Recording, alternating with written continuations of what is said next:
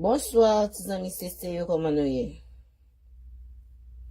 Bonsoir, bonsoir. Bon, on a fait review aujourd'hui. Nous connaissons que c'est seul nurse dans Facebook là, qui fait review total, review capital ou pas qu'à venir dans review NCLEX pour pas passer Board of Nursing exam. Et plus, bon, dis-nous, pour passer Board of Nursing exam, il faut être en place, faut qu'on soit réglé. Moi, j'ai un book, moi, qui tout côté, qui est dans Amazon, qui tout côté, book là, il est de key to NCLEX. So, the key to NCLEX success, nous capable acheter book là exactement, directement avec moi, capable acheter dans Amazon, dans bonne scène, nous anywhere. So, m'a dit un grand merci à tout le monde qui partage pour moi, qui tout côté, toujours promener de keytonclex.com. Et moi, dis nous un grand merci. Éducation, c'est clé, à éducation, gango, ou tout cas fait, gan pile porte, ou cas l'ouvri, ou gan pile barrière, ou capable décocheter, barrière pour rentrer. Éducation, c'est clé, pas gen deux, pas gen trois. C'est bien malheureux, gan pile nan nous. Même là, nous, c'est ou Melfair, ou bien CNA, ou bien LPN, whatever. Any branche nous y est, dans médecine, dans healthcare là, PCA, PCT, phlebotomy, so whatever branche nous y est, c'est bien dommage que l'éducation va intéresser haïtien. Ils ont juste besoin de voler papier pour dire, c'est nurse, c'est docteur, c'est ceci, et puis pas jamais mettre dans tête, pour concentrer tête, pour comprendre. Et, m'a bien une classe dans Zoom qui a commencé exactement le 6-7 novembre, je crois. Qui a commencé, ou capable prendre classe dans Zoom, ou capable payer as you go. De vous payer, ou bien classe qui commence, classe c'est 2 heures de temps la payer 3 fois par semaine, ou à payer, ou qu'à commencer payer pour $150 de vous payer, ou prendre classe pour journée, ou prendre 2 sessions, l'idée de continuer chaque temps, ou venir classe au pay as you go. Si vous pensez que vous faible dans respiratory, dans son faible, vous pay as you go. So, c'est comme ça, moi, fait dans Zoom, nan, ou pay as you go. Et puis, dans, moi, fait en personne tout, moi, fait li en Zoom, en bloc, pour moun qui veut prendre tout 4 to 6 weeks. Review, so, ok? So, moun qui t'a me contacter moi pour prendre review, ou bien pour acheter le livre, on capable de dans 631 708 21 21. Avant moi, bon, faut c'est ça, c'est pour moun qui est à l'école, c'est pour moun qui t'a remé, et Jama Boy mon amour, c'est pour moun qui t'a remé devenu yon bagay, ou même qui apprend classe clinique, pas capable passer l'LPN, RN. Nurse practitioner, c'est selon qui specialty. The only thing I don't do, it's psych. I don't do psych, reviews. No, That's the only thing that I don't do. Okay?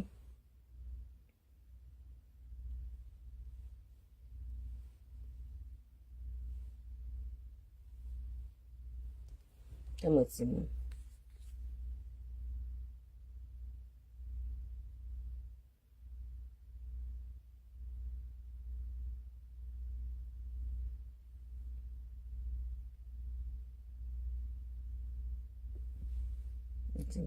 I don't know what that means. C'est mon temps que je suis tout le temps de santé, mon Jésus.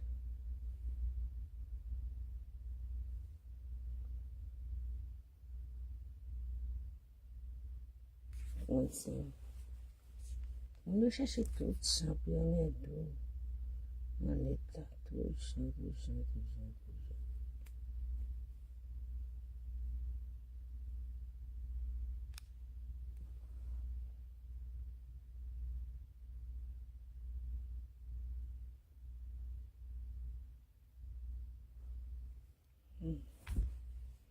Slide up and drug lives in my hoodie drug. I don't know.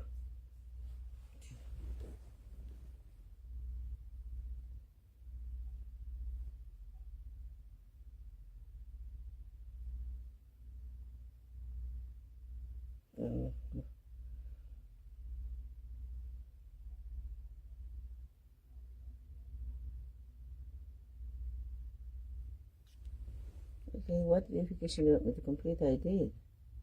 Hold on, Simon, back I have you feel, okay? Oh Lord, let me just buy that as back I have you feel. Well, yeah, so I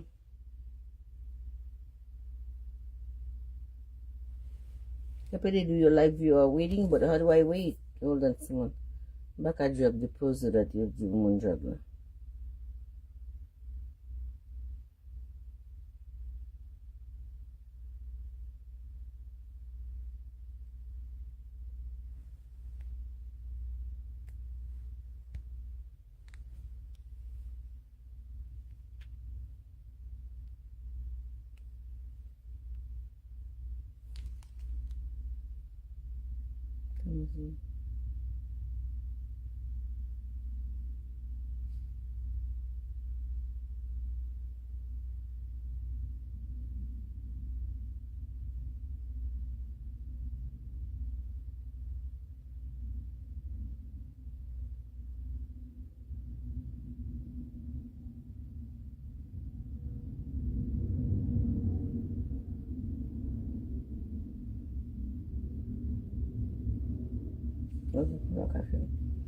Ok, so, il est très important que sous son monde qui est à l'école ou bien t'as aimé, devenu bagay dans la vie ou en pile dans nous, depuis c'est, comment les monde ça, c'est immigrant que nous y est, depuis nous venir ici, nous mettons tête nous dans healthcare parce que c'est là qui est plus facile pour nous joindre un travail pour nous améliorer tête nous.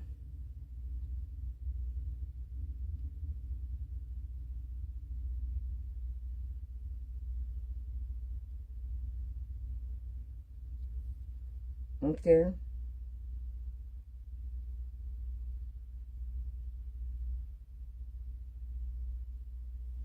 Let me do something simple.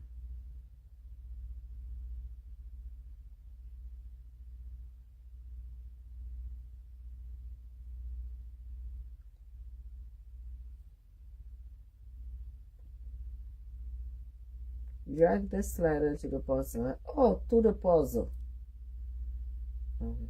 Is it so? I don't know.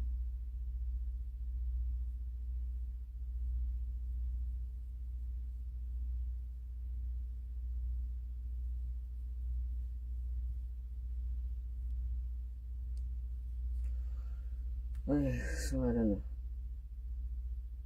Et quand il bagay qui passe, quand il y a la sim bien comprendre, faut moi oh, I think I know what happened. So, c'est ça que m'a toujours dit non. Et ou même qui t'a aimé participer dans review moi dans study de toutlemonde.com ou capable relem dans 631 708 21 21 m'a gen une session grand pile monde qui dit moi ça que yo pas payer en full, c'est ça que fait moi décider faire session Zoom nan cap commencer exactement le c'est 7 novembre si ça m'a date dans sous page moi nous capable participer dans session. Là nous participer dans session Zoom ça nous capable payer as you go journée jodi an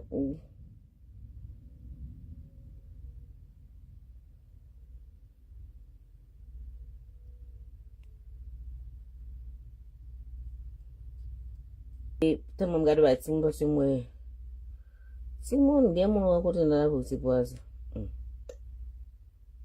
ma fait son l'autre moi merci encore moi bien mon rencontre dans la rue c'est poison te mettez au regret tout ba monde ça accès tout la vie so ou capable participer dans live Zoom nan qui a pay affordable live Zoom ça la fait every day I'm gonna have a live Zoom ou capable sou pral nan matin ou capable nan soir ou payer as you go live Zoom moi il commence exactement à $50 et ou capable payer as you go ou capable c'est selon qui sujet que mettez m'a débattre ou voulez payer pour prendre sujet ou capable payer as you go, OK?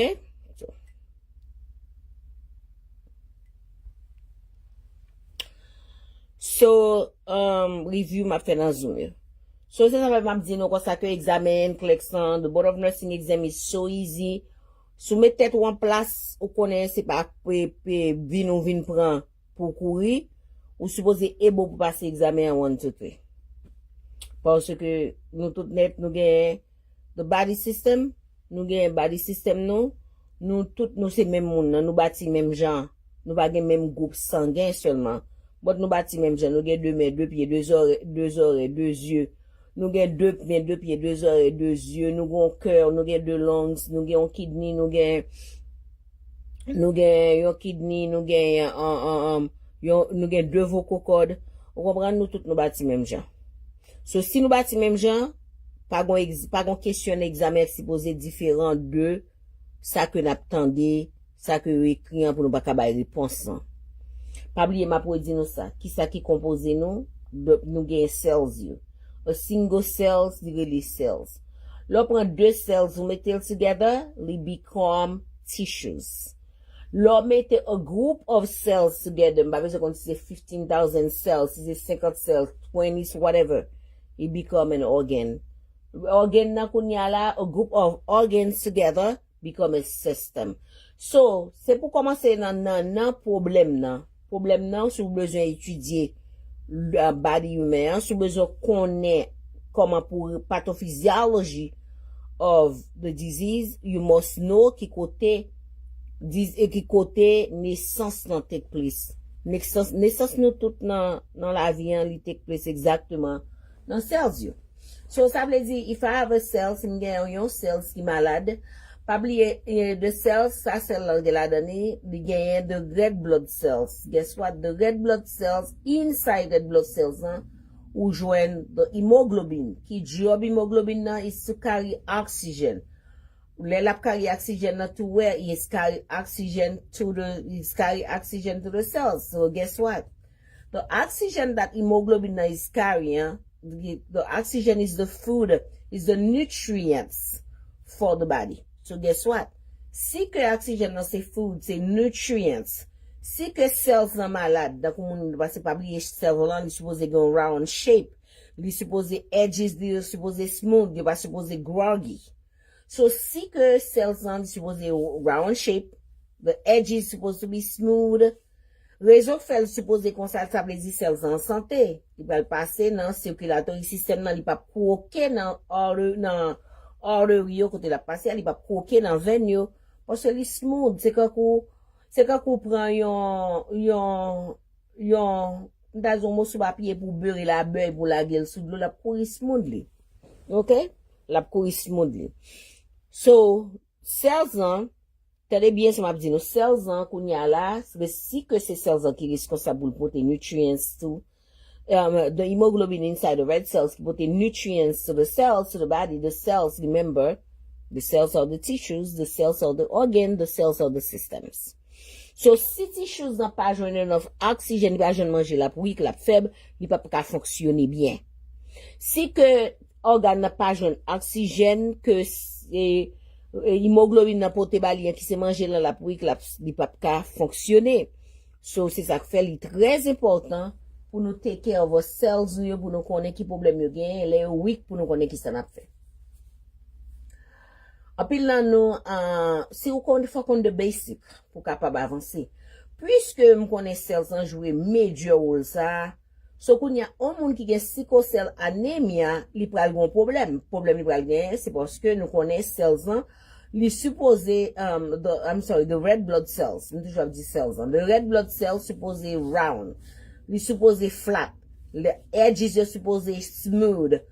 Red blood cells sa yo, job yo c'est pour carry hemoglobin, and guess what? Nan moun ki fait sickle cell lan, red blood cell yo want out of shape. You go, it's either they have the S shape or you go keep dent. Is a moonlight. You got a S shape, a moon shape. So, si you go S shape, ou konen lè pral passe dans circulatory system nan, li pral koke, li pa prale bien, li pral koke. So, moun sa yo, le plus souvent, si cells an se li pote nutrients by body, moun sa yo ki problem pral gen, yo pral gen problem weakness. The reason why, parce que cells an si pa pote ni pa pote nutrient lan, the cells gonna be the red blood cells pa pote hemoglobin nan, pou hemoglobin nan pote oxygen nan, which is the nutrients. So guess what? Guess what's gonna happen? The body gonna be weak because li pa gen manje, li pa gen force. And guess what? Si red blood cells c'est un big component lié nan circulatory system wap gen depleting. Your circulatory system will be depleted. So, c'est cela pour garder, c'est pour commencer garder pour qu'à comprendre qui ça moun qui fait si c'est l'anémia ou a subi. Si c'est l'anémia de red blood cell shape, it's either S or a moonlight. You know, half a moon. And guess what? Si c'est cells qui bay body énergie, parce que pas oublier red blood cell, gen hémoglobine qui porte oxygène qui c'est nutrients, the food to the cells, guess what's gonna happen? Moun sa weak, li pa gen enough fluids circulatory system ni gonna be compromised. Raison fait circulatory system moun sa yo compromise, c'est parce que de red blood cells qui passe dans circulatory system nan, yo vin censé vin by the blockage. Le yo by blockage, pas oublier ou songe en Haïti, l'obra louze jardin ou gen l'obra louze jardin en Haïti ou gen how do you call that? Ou gen comment relé ça? Ou gen rigole l'eau pour doit courir monde pour louze jardin. Ça passe moun qui gen sickle cell lan, vein yo, the artery, the circulation is impaired. Parce que cell yo tellement edges yo groggy, li croqué. Et l'aile croqué, li cause un backed up, c'est ça qui fait une douleur. Ça fait une pile douleur, c'est ça qui fait moun sa yo. Puisque yo fait sickle cell anémia, yo besoin de pile de l'eau pour cells qui mal formé ça, qui mal fait ça, capable pousser aller dans circulatory system. C'est ça qui fait de l'eau très important pour your hydration. Parce que raison que fait hydration important, c'est parce que celles du li pas normal, li pas round, li pas smooth, the edges qu'on dit blanc, li grangi, qu'on dit Jean blanc, qu'on dit là. OK? So, puisque moun sa yo, puisque nous connaissons celles en li abnormal, la croquer, priority nous c'est pour nous hydrate moun sa yo. OK, now, raison fait que moun qui gen sickle cell anemia yo toujours gen shortness of breath. Depuis yo pas take care of disease and the way they supposed to taking care of the disease by drinking fluids, a lot of fluids, pour yo mette rad sou yo qui cottons. Raison qui fait yo toujours après les yo in crisis yo gen shortness of breath parce que pas oublier oxygen is inside the hemoglobin carry oxygen. Si red blood cell lan croquer pa ka carry oxygen throughout the body, of course you're gonna have throughout the body, of course you're gonna have shortness of breath because you're gonna the energy demand, the body energy demand, the heart, the demand que heart lan gen, you know, nou pa ka provide li parce que raison nous gen red blood cells yo qui pour supposé carry oxygen qui stuck in the middle of the circulation cause backup of fluids, cause pain, a lot of pain. C'est ça fait dans board of nursing, there's a question you capable demander ou patient qui vient avec sickle cell crisis, what's going to be your first thing to do? Your first thing to do is to hydrate the damn patients. Parce que ou pas capable pain médicament because you not corrected the problem. Bali pain médicament, la besoin relief for a little bit. The problem, c'est red blood cell yo croqué dans circulation passage là. Si c'est red blood cell yo qui croqué, you must push fluids pour capable pousser red blood cell yo pour capable voyer oxygène all over the body. You guys understand? C'est ça fait pathophysiologie. Your disease, you must understand it. Et c'est ça fait moi toujours dis mon I come up with the thing that respiratory is the president of the body and the cardiac is the vice president. Parce que si respiratory a pas take a breath, the cardiac cannot move forward. Parce que remember, oxygenated blood, it's from the lungs. The oxygenated blood, it's from the lungs. The lungs now, they pick up the deoxygenated blood. The jobs of the lungs is to oxygenate the blood and send it throughout the body.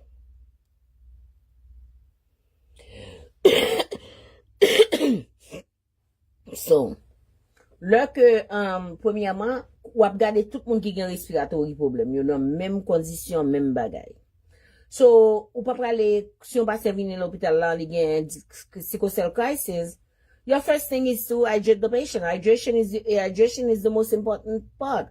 Then you're gonna, first of all, if you c'est pour garder location, koto recevoir patient, est-ce qu'on recevoir patient en triage? Are you the triage nurse? If you're the triage nurse, your job is to put the oxygen for the patient. Your job is to give the patient 2 liters of oxygen nasocannula. Raison parce que in triage, you cannot just give the patient water. In triage, your job is to assess the patients and then prioritize. So now, if I have a patient coming in triage with shortness of breath and the patient have history of asthma, bronchiolitis, COPD, and emphysema, my job is to administer oxygen because I'm in triage, because I don't have a doctor with me in triage, because I'm making decisions. I'm thinking about, you know what? I'm responsible for the patient life. So now, what you do, that's the reason I tell people, ou suppose garder nan question qui côté board of nursing placé ou. Est-ce que board of nursing placé ou nan triage? The answer is in the question.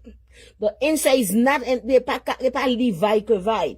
Si ou ap li yon question, ou pa underline, disease ya pale que ou pa konyen, ou pa underline a ki lè yo di patient te rive, ou pa underline ki bo yo do patient, ou pa meto as a nurse, where are you?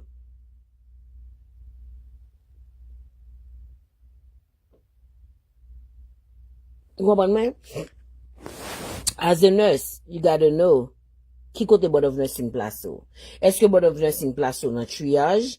Est-ce que board of nursing place ou in the main ED? On psych? Where? Parce que chaque côté board of nursing place ou. Chaque côté board of nursing place ou, li mean something. That means they're telling you where you at. They're telling you what they want you to do. Ooh, my phone is acting. C'est ça board of nursing fait. Vous comprenez? So, you place ou, gen côté you place ou.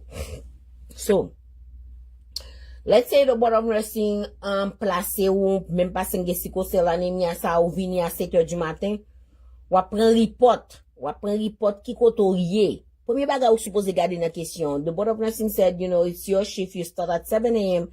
and the outgoing nurse is giving you a report. But the board of nursing have to tell me in the question where I'm at. Am I on the floor in med-surg? Am I in ICU? Am I in triage? Am I in ED? So based on where you are, the treatments varies.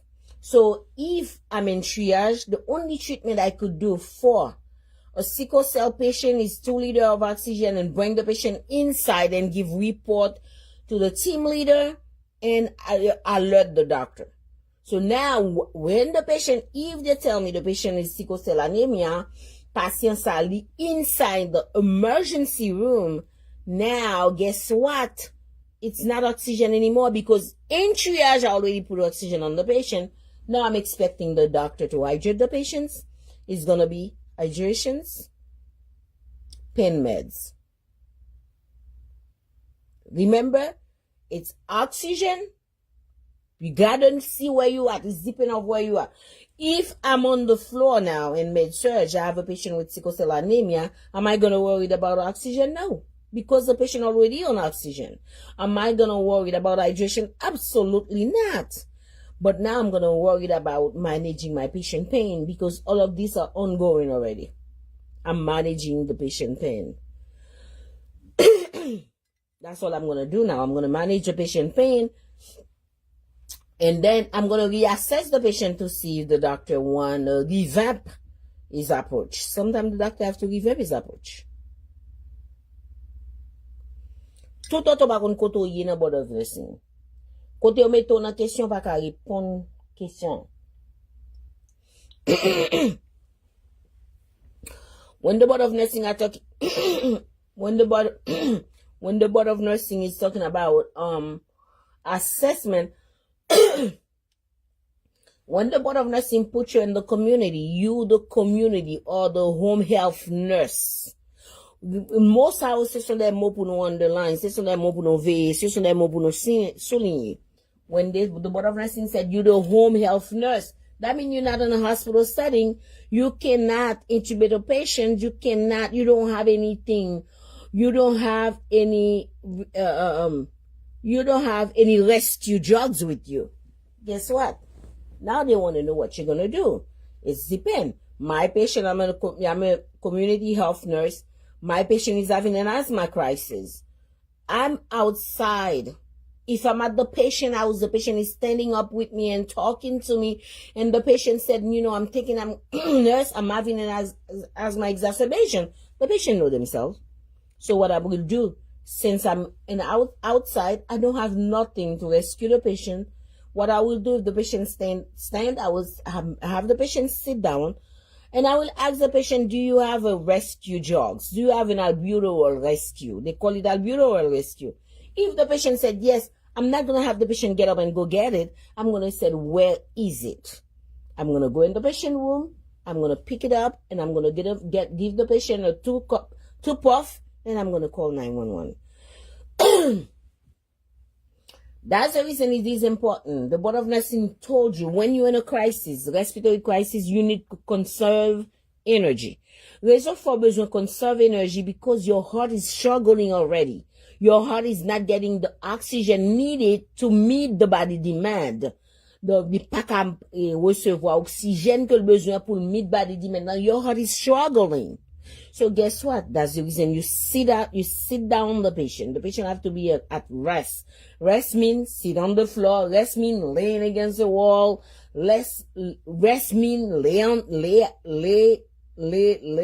sit down somewhere. A patient who have an asthma attack, are you going to put the patient flat in bed? No, you got to put the patient at a 90-degree angle, 95-degree angle, 95-degree, which is the fallow position. Usually the fallow position is 60 to 95.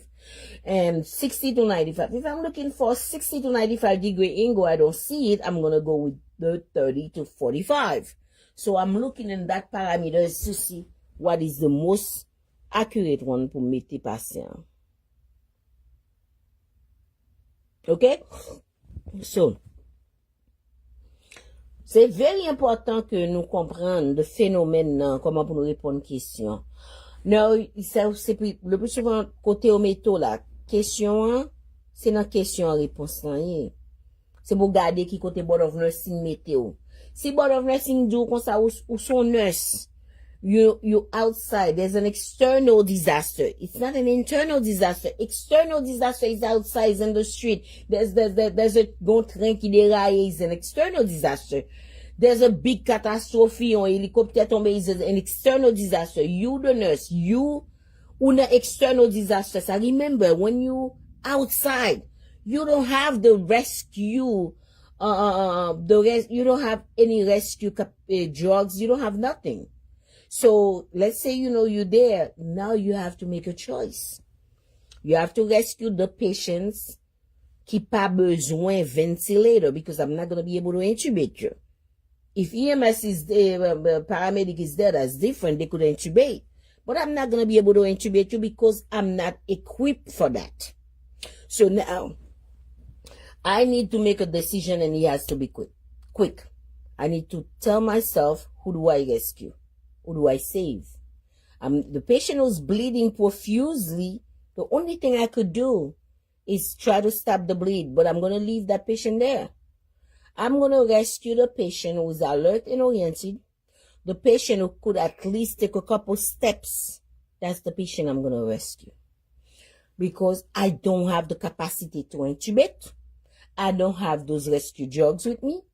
I am there like I'm the same as any normal civilian. So if firefighters are there, that's different. But if it's me and that external disaster, nobody else is there, I'm the nurse with the doctor. That means we have to do what is best. We save the walkie-talkie. But if it's an internal disaster, I'm inside a hospital, we save the most critical one. The walkie-talkie could wait. Because inside a hospital, I have everything. I have my crash card. I have my black box. I have my A-line. I have my warmer. I have my rapid infuser. I have my labyrinth. I have everything. Everything that I need to rescue the patient is there. Because I'm in a hospital setting.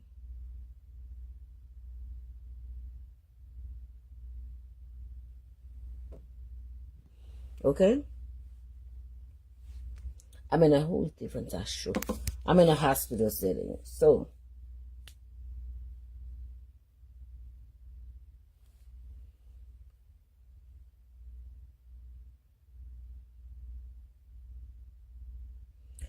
a hospital setting, there's a lot of things you could do.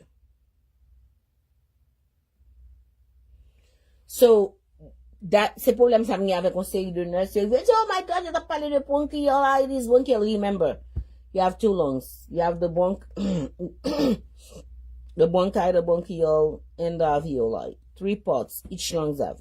Bronchi, bronchial, and alveoli. Alveoli, that's where gas exchange takes place. The alveoli, you know, it's where gas exchange takes place. We retain oxygen, we get rid of carbon dioxide. So if your lungs is sick, you're unable to get rid of carbon dioxide. So it's because your lung is weak, your alveoli, they inflate, they are unable to deflate. That's all. That's all.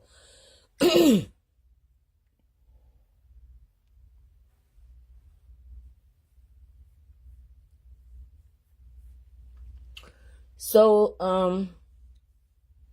the next thing that you need to know, which is very, very important, when the Board of Nursing said, Senat, when the Board of Nursing said, Miss Senat received a patient this morning at 3 a.m.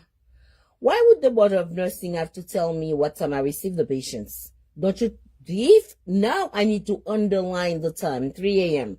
I want to know where it's going. If the Board of Nursing said, you know what, the Senat receive a patient with patient at 3 a.m. The patient is the 3 a.m.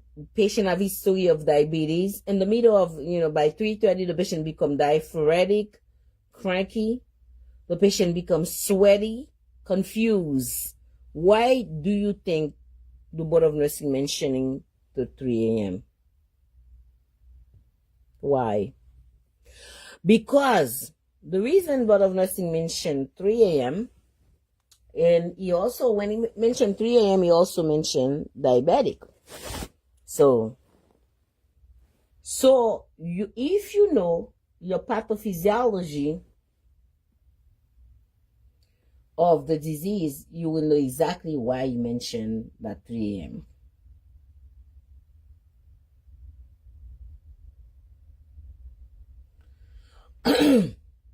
Let's see, I'm texting this student.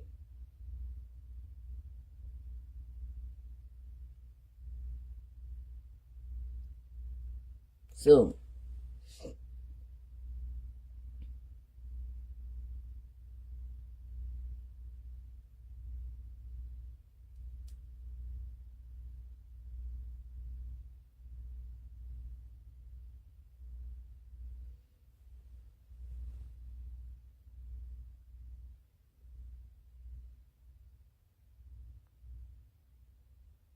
hold on, see.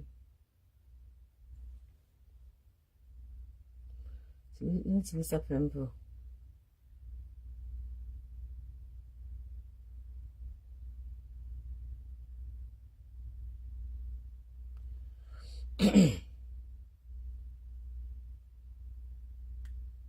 Oh man.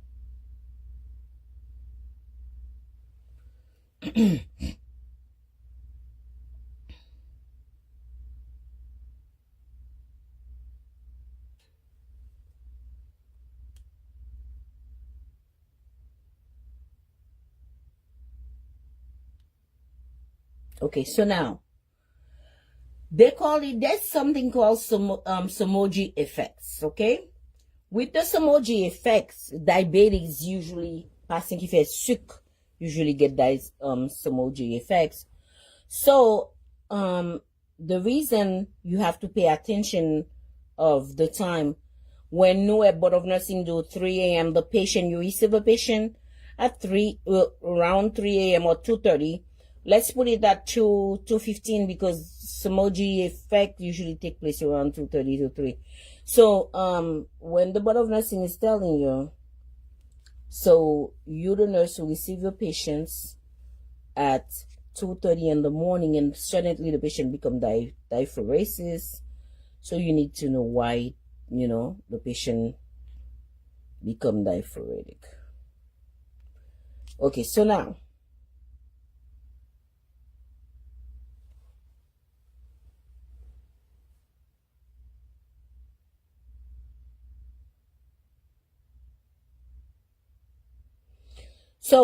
when c'est ça fait que il est très important pour nous pay attention of l'heure, locations, and the diagnosis. Why would you tell me the patient become sweaty around 2:30 in the morning? Why? So, it's a message. Réponse question, réponse question, li nan question. Ou pas même besoin de garder, de pour comprendre question, de pour underline time, locations. Location is very important. Ki koto ye, why Board of Nursing di mwen konsa ke, okay, let's say the Board of Nursing is telling you a 65 years old male, okay, let's put it better. Mr. John is 65 years old, was just discharged from the hospital with hypertension 3 days ago. Was discharged 3 days ago with hypertension and came back to the hospital after 3 days. What do you think is wrong with Mr. John? Why the Board of Nursing, why the question is telling me Mr. John te discharged dans l'hôpital là, 3 jours de cela, avec hypertension. Et mais Mr. John retourne l'hôpital là après 3 jours again avec un hypertension crisis.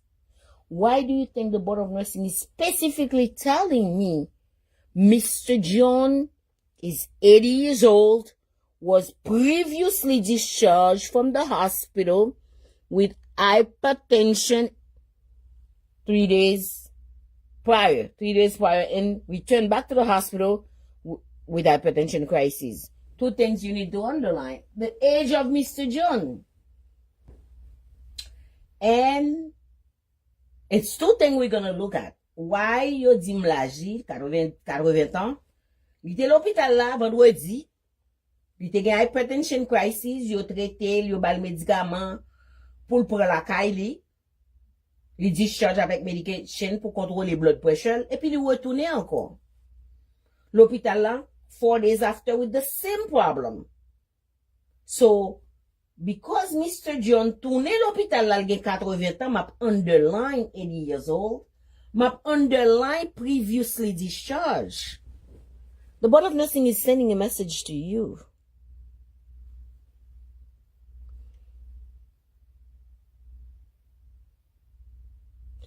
Guess what?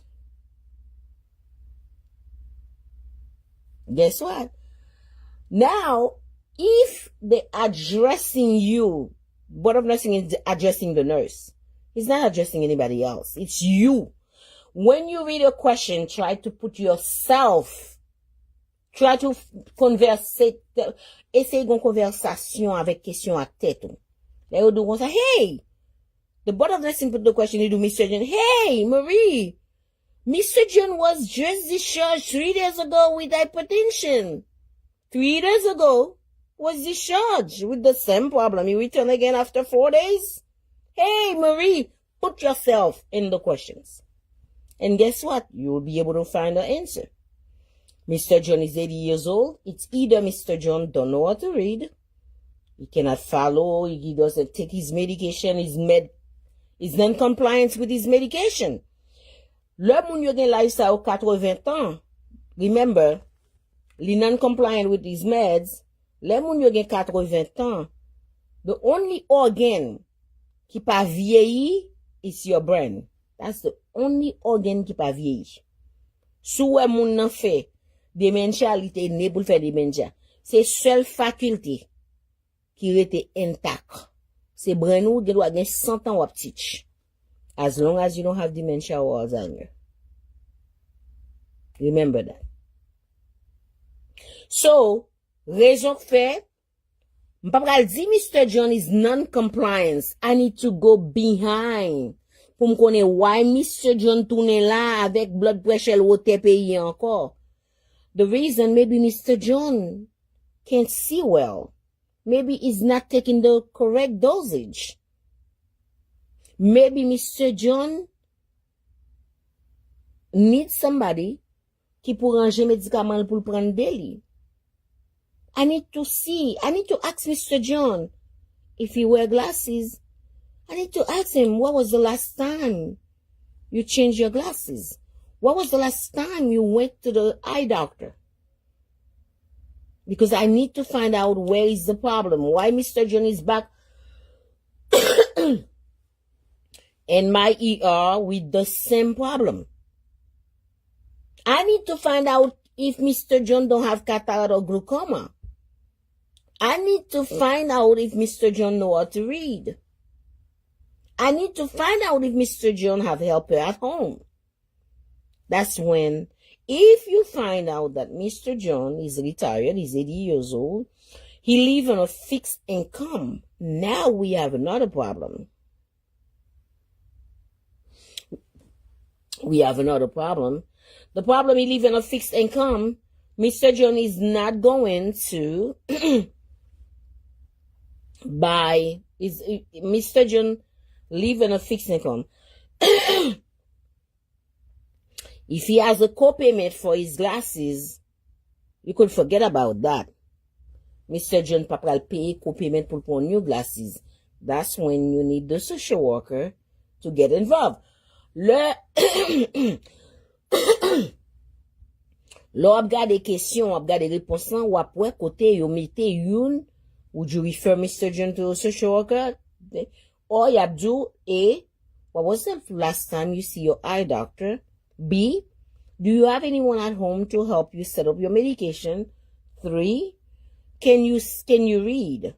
Or if you don't want to offense Mr. John, you could offer Mr. John a piece of paper to read.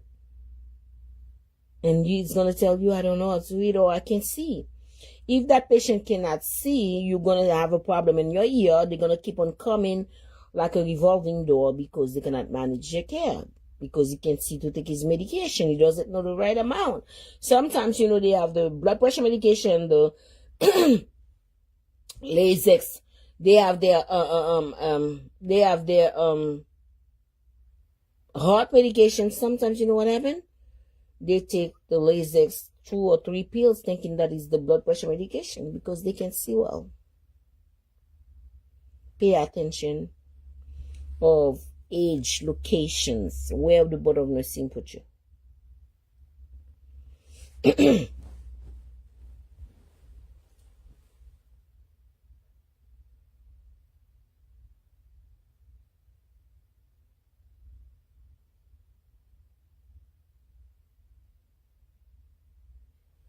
Pay very close attention of where the board of nursing put you.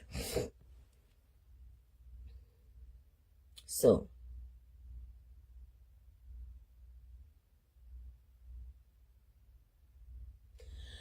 now the diabetes patient usually, board of nursing love the Somoji phenomenon. They love it. They also call it as the rebound hypoglycemia. So guess what? Somoji phenomenon, it's the rebound hypoglycemia. So it's because, munsayo, blood sugar, you become very high in the morning reason because in the middle of the night, the blood sugar drop. And then we give them carbohydrate and we try to raise up, or if it dropped too low, we give the 50. And then the blood sugar become very high. And guess what? In the morning, now you stabilize the problem. The patient blood sugar come normal. The patient went to bed and sleep. And when you check it in the morning, it's 400. They call it, when you check it in the morning, it become like, it's high, it become low in the morning. I'm sorry. So,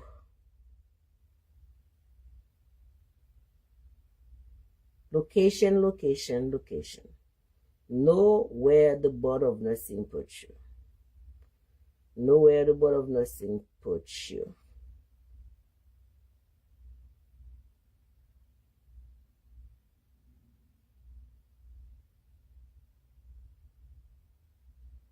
Okay? Remember, look to see where the board of nursing puts you.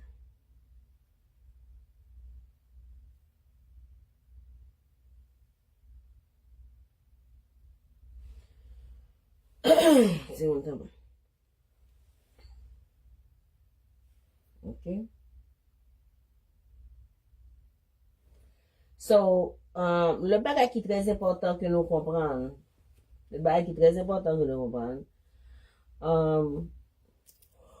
le bagay que nous comprenons important.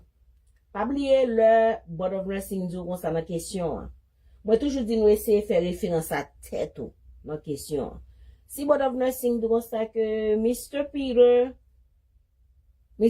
report to the emergency room with complaint of abdominal pain time 2 days that radiated to his back. Mr. John come to emergency room with abdominal pain time 2 days that radiated to his back, and he have history of diabetes. As soon you heard it do, Mr. John gain abdominal pain time 2 days that radiated to his back, and also have history of diabetes, you better be careful. You could be dealing with you could be dealing with ketoacid, ketoacidosis. So guess what? You better underline why. You better ask yourself why the Board of Nursing is telling me that he has abdominal pain time 2 days that radiated to his back, and Board of Nursing continue pour dire comme ça que monsieur fait sucre. So now, maybe Mr. John is indicated. So now, my job, they told me in the questions, two things qui intéressent Mr. John gagne abdominal pain, and l'autre ça qui intéresse la question, c'est parce que you dit Mr. John isn't come into the emergency room. That means Mr. John is not admitted. Mr. John is coming in to be seen. He's not seen yet. So if Mr. John is not seen yet, I'm the triage nurse. They don't have to tell me that the patient is in triage. If they tell me Mr. John came into the emergency room complaining of abdominal pain time 2 days that radiated to his back, and Mr. John have history of diabetes. So it's a bell. They rang the bell to let me know that abdominal pain, and also remember he's a diabetic. So now it's either I'm focusing on getting Mr. John blood sugar. I'm going to focus on getting a finger stick right away to know what's the blood sugar. Let's say, I got a finger stick is high and I'm in triage because they tell me, came in for abdominal pain. They didn't tell me Mr. John is admitted to the ER, because when the patient is already been seen by the doctor, when the Board of Nursing formulate their questions, they will tell you Mr. John admitted to the ER with complaint of abdominal pain, history of time 2 days radiated to his back, and also he has history of diabetes. That means the patient has been already seen by the doctor. The patient is pending reevaluation. So, if you don't know how to read the question, that's where you have the problem. So now, if they told me Mr. John come into the ED complaining of abdominal pain time 2 days radiated to his back, and also have history of diabetes, I'm in triage, my first reaction is not vital sign. It's a finger stick. Then vital sign. The reason is the finger stick is because they told me in the questions he have abdominal pain that radiated to his back and he have history of diabetes. Why would the Board of Nursing tell me the history? I don't need to know the history of diabetes. So now if you tell me you have history of diabetes and now he has abdominal pain that radiated to his back, I know my first reaction, my first responsibility is to take a finger stick followed by vitals. Let's say, you're in the triage now and your patient is having your patient, you do a finger stick and the machine register high. That's not your job to repeat the finger stick. You're in triage. Your job is to go inside. Hold on, so I'm connected different side. Hold on.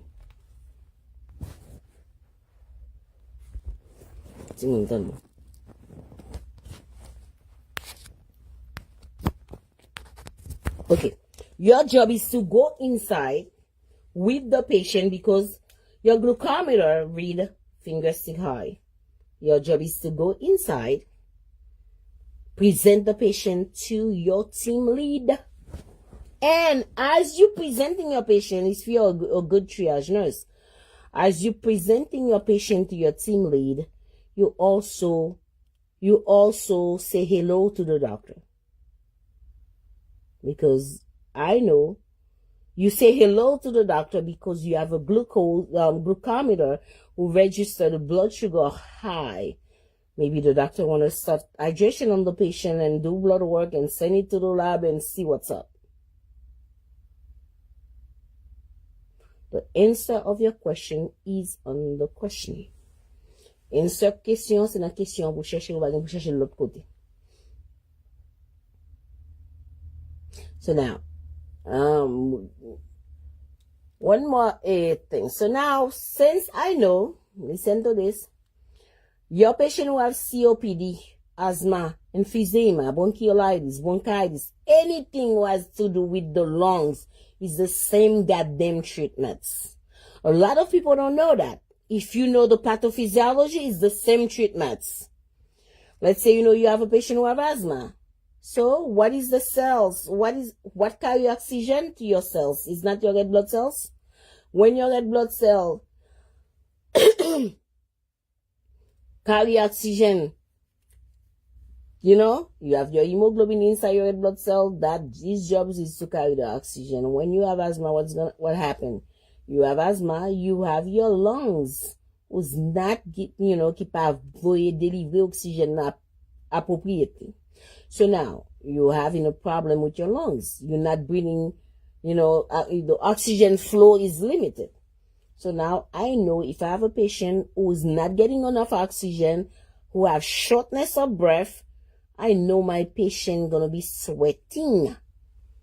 So I'm gonna put a 2 liters of nasal cannula. The only person I'm not gonna give 2 liters is emphysema, COPD. I'm gonna give them 1.5 liters of oxygen. If I see one liter, those 2, that's what I'm gonna give them.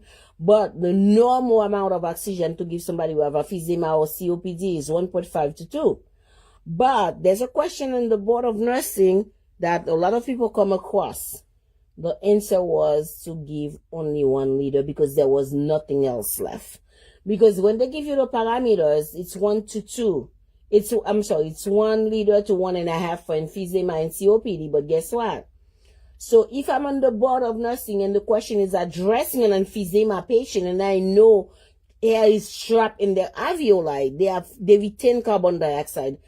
Patients who have COPD and emphysema, they have problems with gas exchange. They only have problem with exhaling carbon dioxide. Remember, inspiration is supposed to be. Wait a minute. What if you start saying? Hold on.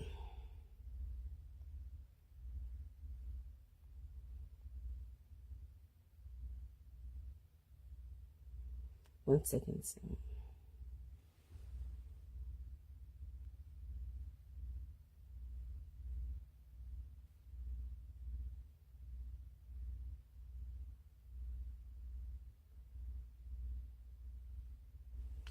So,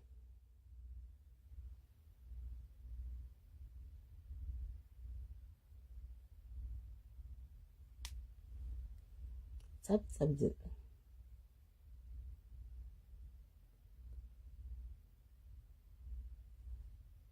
Good. So, somebody I put no safe at it no. The normal breathing,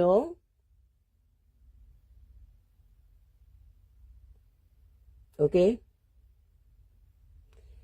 Law, is 1 inspiration plus 1 expiration equal 1 breath. But in normal people, inspiration should be shorter than expiration. So ça veut dire, on va compter l'eau fatigue au monto comme on that means the expiration is longer in normal people, normal breathing. Depuis qu'on t'a board of nursing, du coup, sa inspiration is longer then expiration is an abnormal breathing. So if you know the basic, you should be able to answer questions. Okay? But you have to know the basic.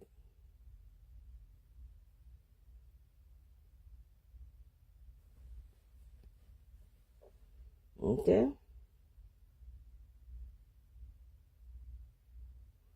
Kameli comment est si mon fatigué pas comment je vais dire maintenant.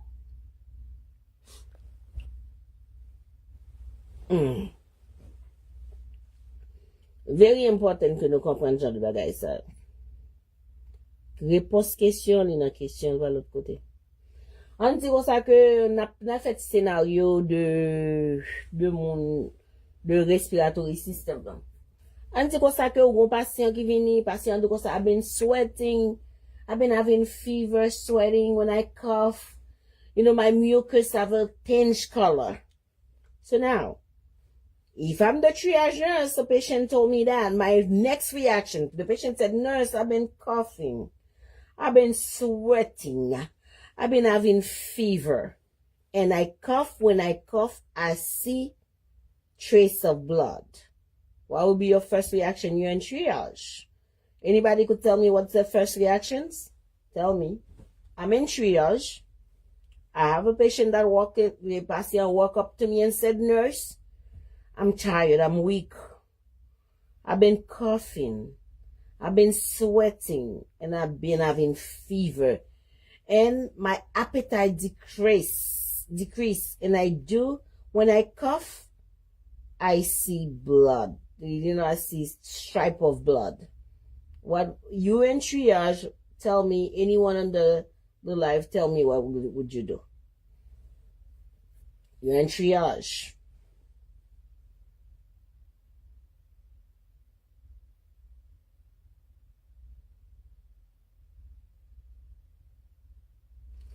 If I'm in triage, a patient come up to me and tell me, nurse, I've been sweating, I've been having fever, I've been feeling tired, I lost appetite, I cough, I have a productive cough. When I cough, when I see my sputum have strike of blood, what would you do first? What would be your first reaction? Your first reaction, if you're in triage, a patient give you all this definite explanation, you give the patient a mask. You got to mask the patient. You have to mask yourself too if you're going to be sitting in the room talking to the patient more. But you got to mask the patient and mask yourself. And as you enter the ED to give report to the team lead, you wave at the doctor. You tell the doctor, I think I have a suspicious TB. And the nurse, the charge nurse, to put the patient in isolation until further investigation. Yeah.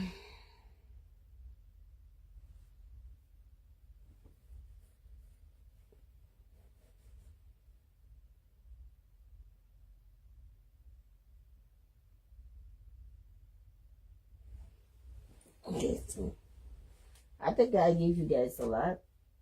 So anybody want to do reviews with me? Pour Pierre, review moi c'est $1,500 pour Pierre 6 semaines. Pour un review 2,500. Guess what?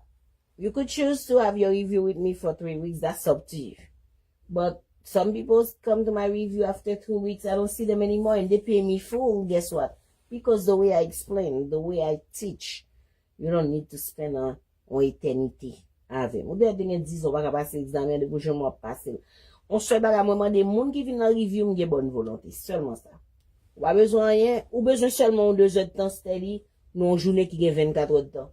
Ou dans le lunch, on travaille, ou manger, ou li. Ou dans machine, ou dans la rue, ou conduire, ou attendre audio. I have the book and audio now. Okay?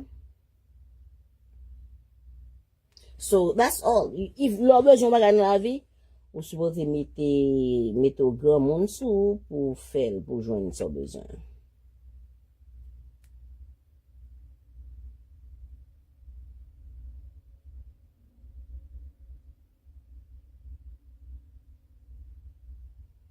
OK?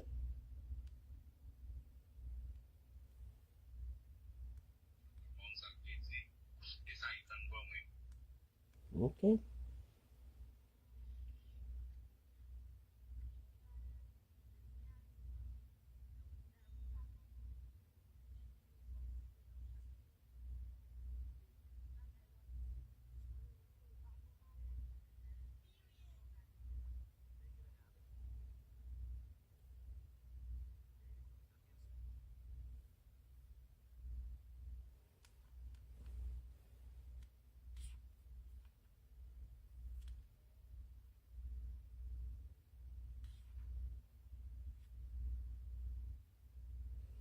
OK, le petit monde.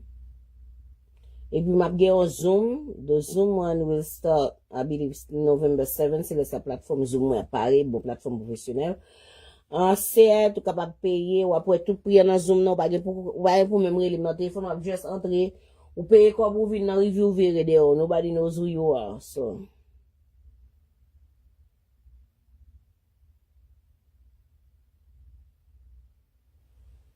OK.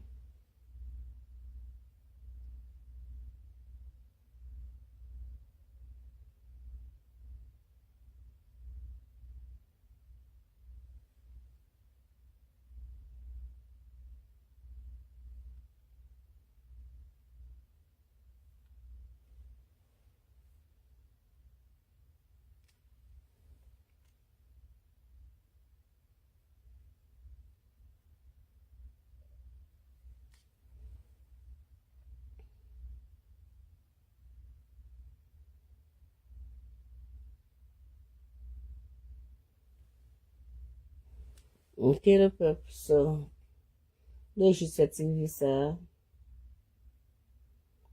pour me faire nous connaître c'est moi Maricina moi faire review et pour tout le monde nurses, RNLPN, CNAs, n'importe mon nurse practitioner, but I don't do psych. I don't do psych because I really don't like it. So.